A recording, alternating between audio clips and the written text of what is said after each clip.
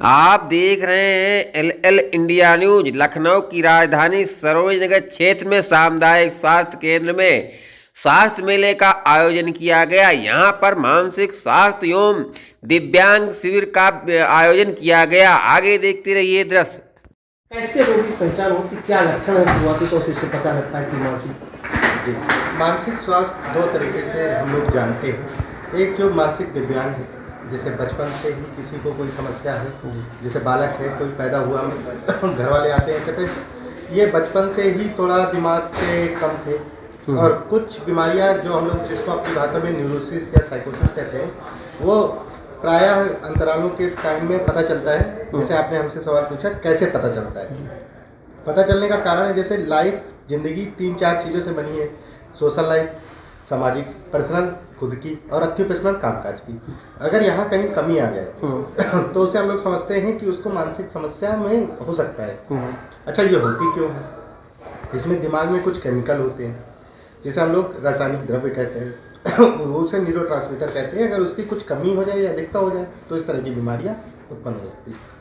तो इसका इलाज क्या है शुरुआती दौर में, अगर पता चल जाता है? कैसे जांच से क्लियर होता है, क्या इलाज इसका है? देखिए, इसकी कोई जांच तो इस तरह की है नहीं। हम लोग अपना साइकोलॉजिकल टूल्स लगाते हैं या कुछ असेसमेंट है। जैसे डिप्रेशन का है SDRS स्केल, जिसे हम लोग अवसाद में SDRS स्केल लगाते हैं। मैनिया में यंग रेटिंग स्केल लगाते हैं। तो स्केल से या हम लोगों को अपने अनुभव से या जो से हमारी जो गाइडलाइन है उसके अनुसार हम लोग डायग्नोसिस बनाते हैं, उसका ट्रीटमेंट करते हैं। हाँ, समाज में कुछ ऐसी भ्रांतियाँ उत्पन्न है कि लगता है कि जैसे कहते हैं कि मानसिक बीमारियों का कोई मतलब जो दवा खाता है तो खाता ही रहता है, जिंदगी भर खानी है, या नींद की दवा मत खाइए। ऐसा नहीं है।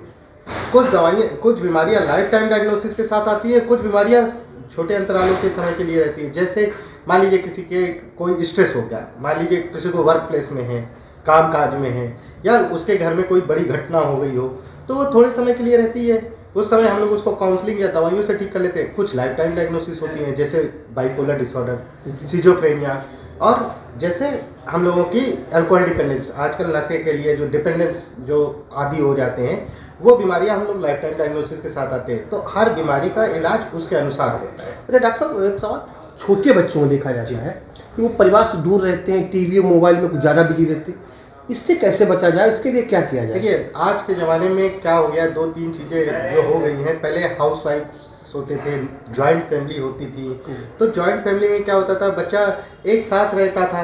अब क्या हो गया, आजकल न्यूक्लियर फैमिली हो गई है, वर्किंग हो सकते हैं, जैसे मैं खुद वर्किंग हूँ। तो अब वर्किंग जब लोग हैं तो वो बच्चों को क्या करते हैं, जैसे हम शाम को पहुँचे तो हमें लगता है अपना खुद का समय है, तो हमने बच्चों को मोबाइल दे दिया। थोड़ा टेक्नोलॉजी का भी चीज़ आ गई। अब क्या हुआ, बीच में कोरोना आया तो वर्क फ्रॉम होम हो गया। उसके बाद बच्चों को भी जो स्कूल्स थे वो भी घर से ही पढ़ाई शुरू हो गई। तो अब उसमें अभी क्या है, DSM-5 जो हमारी बुक है उसके अनुसार आजकल इंटरनेट एडिक्शन खुद एक बीमारी हो गई है, सोशल मीडिया एडिक्शन हो गया है। आपने एक चीज़ जो कही वो भी एक बीमारी का लक्षण है।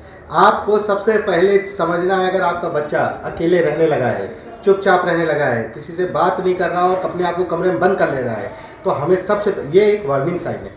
हमें उससे पूछना चाहिए, या उसके व्यवहार में बदलाव कैसे आ रहा है, इसमें हमको ज़रूर पूछना चाहिए। हो सकता हो कि उसे कोई डरा रहा हो सकता हो वो एक मोबाइल में ज़्यादा समय व्यतीत कर रहा हो सकता हो कि वो कुछ गेम में, जो आजकल आपने ब्लू व्हेल गेम के बारे में सुना था, अभी एक गेम और आया था जो हमारे घटना हुई है PUBG के बारे में। तो कभी कभी क्या होता है कि बच्चे, आपने जो बोला ना, बच्चे का देखिए व्यवहारिक बदलाव हो गया, वो आप पहले ऐसा नहीं था लेकिन एकदम से ही हो गया। तो ये लक्षण है, वार्निंग साइन है, जिससे हमको क्या करना चाहिए, फिर फैमिली सपोर्ट, जिसमें माँ बाप या दादा दादी हो, जो भी घर में हो, उसको उस बच्चे से पूछना चाहिए नहीं कुछ दिक्कत है, और इतनी रेपो होनी चाहिए हम लोगों की कि वो बच्चा अपनी बात अपने माँ बाप या अपने बड़ों से कह पाए।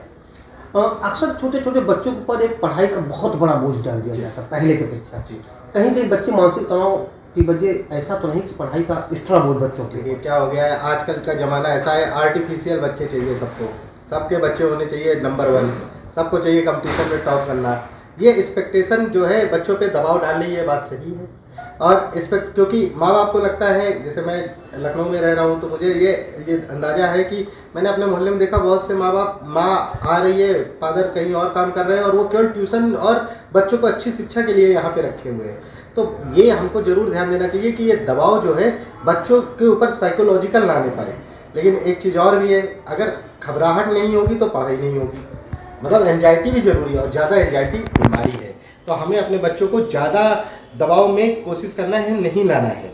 तो उसके तरीके हैं कि जो भी बच्चा है उसको हमको रूटीन पे बात करते रहना चाहिए। नहीं, अगर दबाव आ रहा है कम से कम वो अपने गार्जियन से कह पाए कि नहीं, मैं इस चीज़ से निकल रहा हूँ, मैं इस चीज़ को दबाव खुल के बात कहने में खुल के बात डर करने न में महसूस डर ना महसूस हो। जैसे अभी एक स्कूल में घटना हुई, एक अभी अपने लखनऊ की है, एक मैडम, एक पेपर में ये आया था कि मैडम को वो आई एम सॉरी करके उसने सुसाइड कर ली।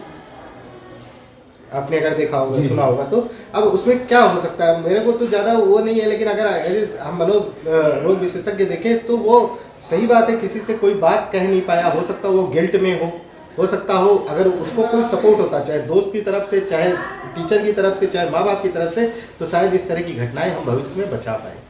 Thank you.